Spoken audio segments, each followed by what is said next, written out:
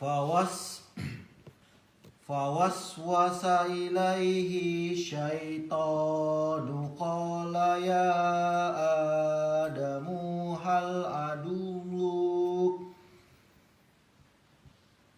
adulluka ala sajaratil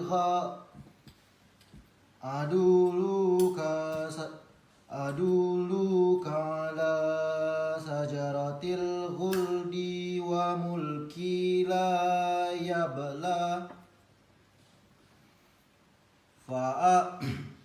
fa'aqala minha fabadat lahuma sawatuhuma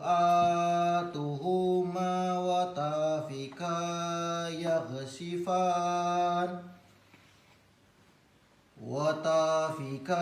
yaghshifani alaihima min waraqil jannah wa asa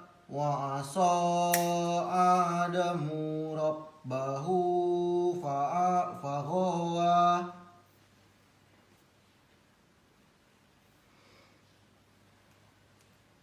Kemudian syaitan membisikkan pikiran jahat kepadanya dengan berkata, "Hai Adam, maukah saya tunjukkan kepada kamu pohon khuldi dan kerajaan yang tidak akan binasa?" Maka keduanya memakan dari buah pohon itu. Lalu nampaklah bagi keduanya aurat-auratnya, dan mulailah keduanya menutupinya dengan daun-daun yang ada di surga. Dan durhakalah Adam kepada Rabb, dan sesatlah ia.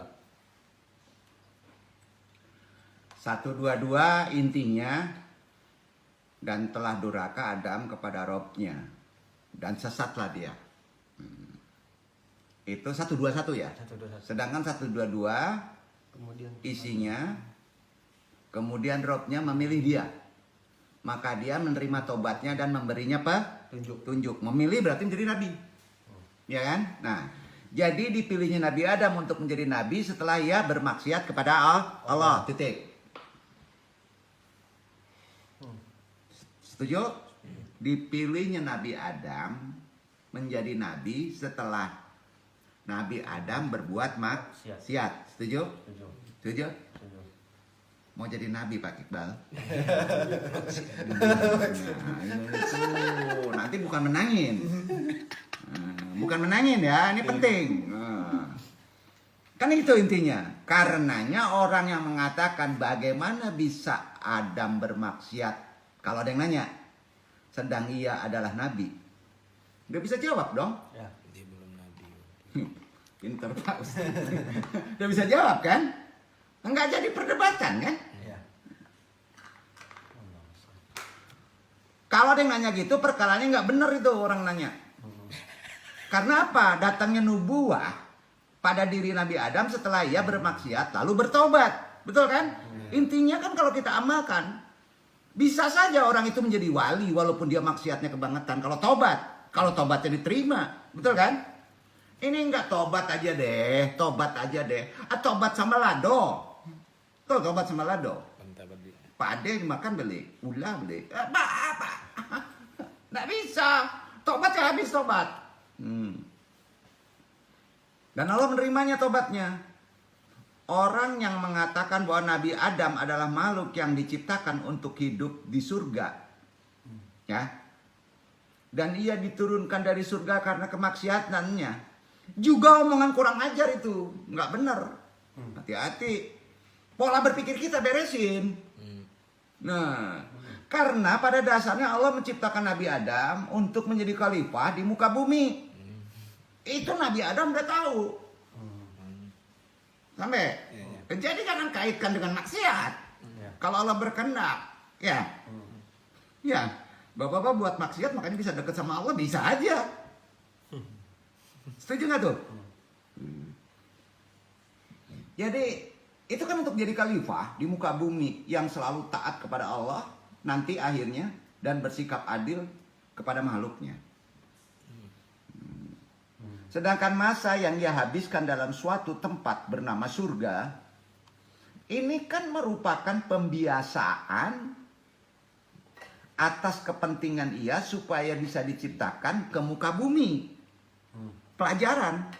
Maka kita tidak boleh mengatakan, hukumnya nggak boleh, Nabi Adam diusir dari surga karena buat maksiat. Dosa itu. Harus ngerti makrifatnya. Nah, ngaji di sini harus pinter. Gitu ya. Jangan dikaji yang aneh-aneh. Itu tuntunannya kan gitu. Yang dilakukannya karena maksiat tersebut berujung pada kalau Allah merahmati, bapak-bapak buat maksiat supaya kamu bisa berujungnya tobat. Tobat bener ya. Kemudian nubuah ya. Sedangkan surga hanyalah tingkatan dari beberapa persiapan untuk dijadikan khalifah di muka bumi. Ya.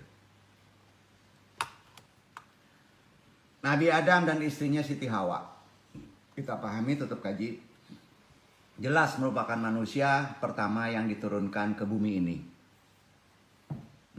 Bukan Pithecanthropus ya. Bukan dinosaurus ya. Allah menurunkan mereka tidak lain agar menjadi khalifah. Dan ia beribadah kepada Allah saat diturunkan ke bumi.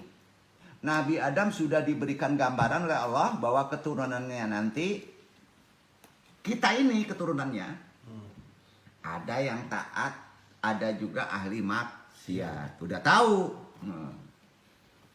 Kena juga namanya Adam kan, gimana taat, gimana maksiat. Jangan putus asa bro.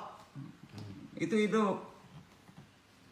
Keturunan yang beruntung adalah mereka yang taat kepada Robnya. Apalagi kita sudah tahu. Sedangkan yang tidak beruntung, rugi, yaitu orang-orang yang tidak mau mengikuti perintah Robnya. Imam Ar-Razi dalam tafsirnya mengutip pendapat Imam Hasan, menjelaskan bahwa Nabi Adam saat diturunkan ke bumi ini diberikan 4 hal. Bapak-bapak kalau turun ke bumi harus tahu 4 hal ini.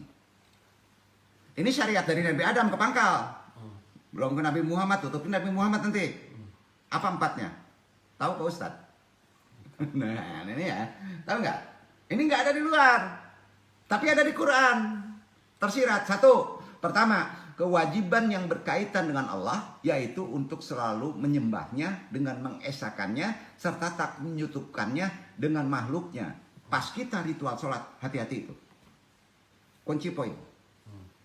Ada tempat-tempat meminta, ada tempat-tempat mentauhidkan, ada tempat-tempat berdoa, duduk. Ini akidah. Nah, kedua, keistimewaan bagi dirinya dan keturunannya nih, termasuk kita.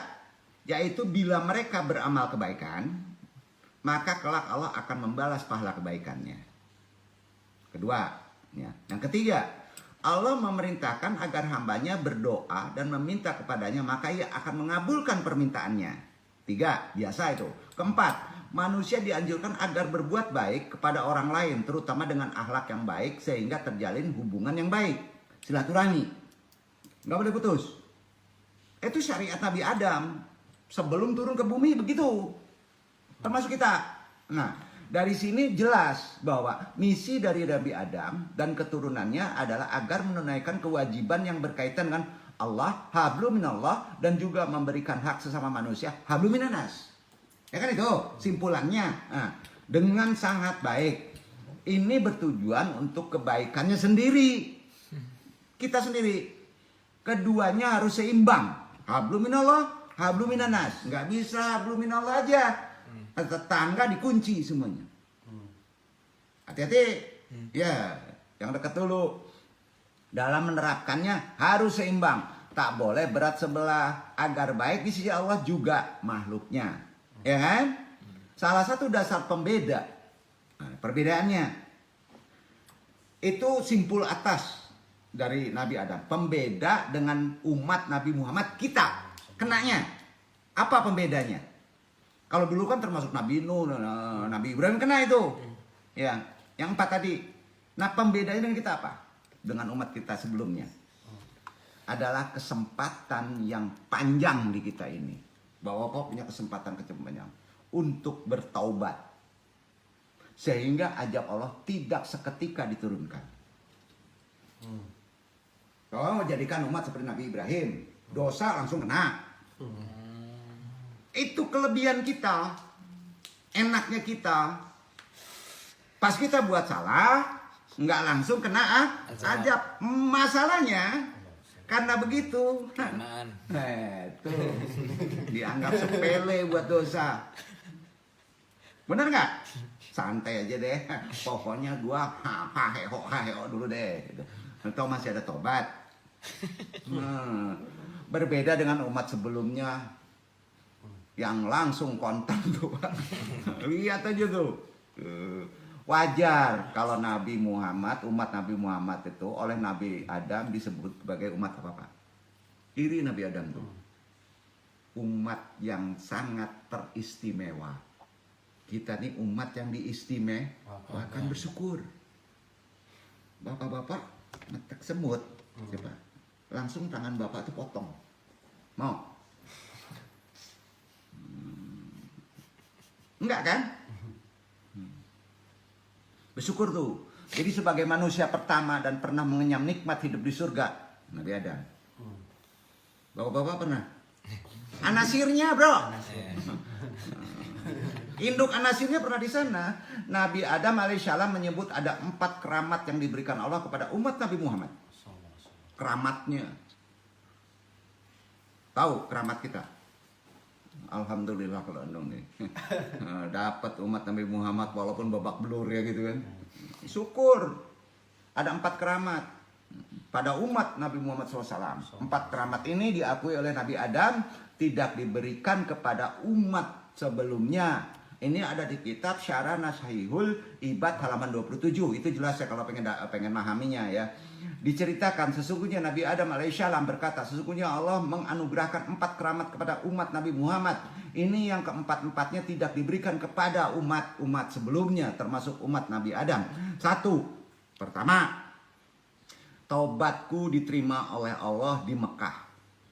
Taubatnya umat sebelumnya diterima itu di Mekah. Jadi bapak kalau buat dosa, nyolong, bapak harus ke Mekah dulu. Kalau corona gimana pak? Aduh. Sedangkan tobat yang umat Nabi Muhammad diterima di mana aja. Enak gak? Ini nggak mau juga tobat, enak nih. Di mana aja. Kedua, aku Nabi Adam mengenakan pakaian, ya. Tapi ketika bermaksiat, Nabi Adam langsung telanjang. Bapak-bapak buat maksiat langsung telanjang tuh. Pengantinnya langsung dibuat malu.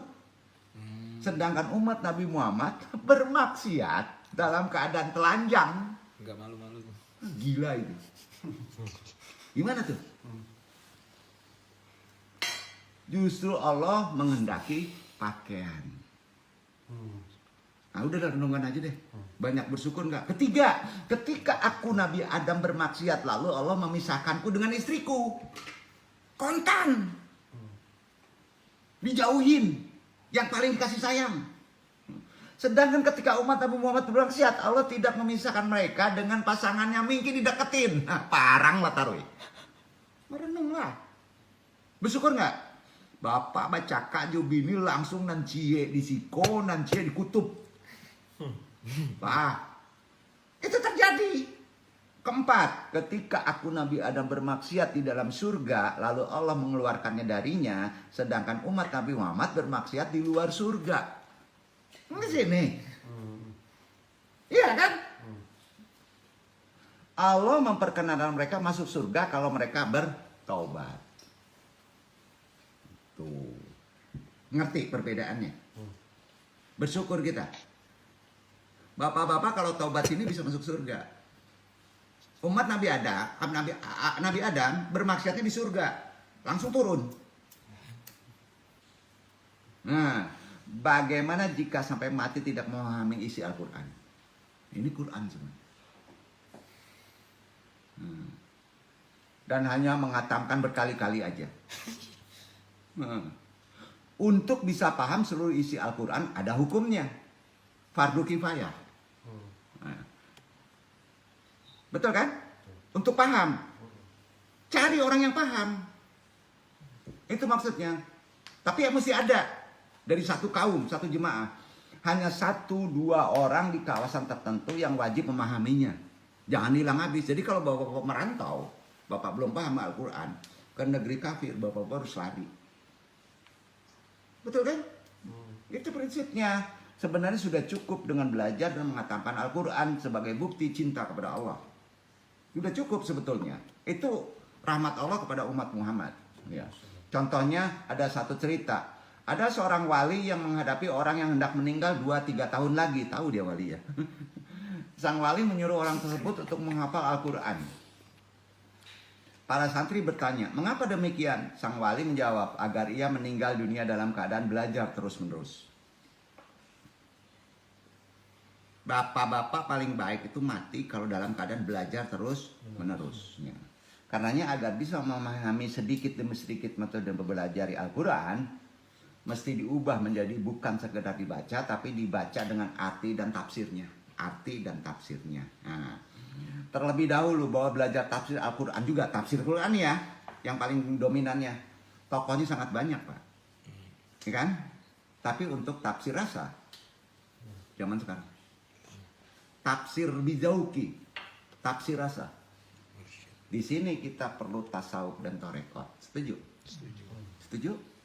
Setuju? Setuju nggak nih? Anu bukan ngebelain suruh bertarekot bertasawuf. Karena jika membaca tafsir, maka jangan mengikat diri sendiri. Sebab makna Al-Quran jauh lebih luas ketimbang tafsir itu sendiri. Jika tafsirnya salah, maka isi Al-Quran tidak pernah salah, bro. Benar nggak? Memang tak ada penafsir Al-Quran yang tidak salah. Bisa jadi benar pada masanya. Bisa jadi benar pada tinjauannya. Jadi jika bisa berkata dipengaruhi seseorang, gimana? Wallahu a'lam. Besok bedah lebih dalam lagi. Gimana cara mentafsirkan tafsir rasa kita? Mudah dan gampang.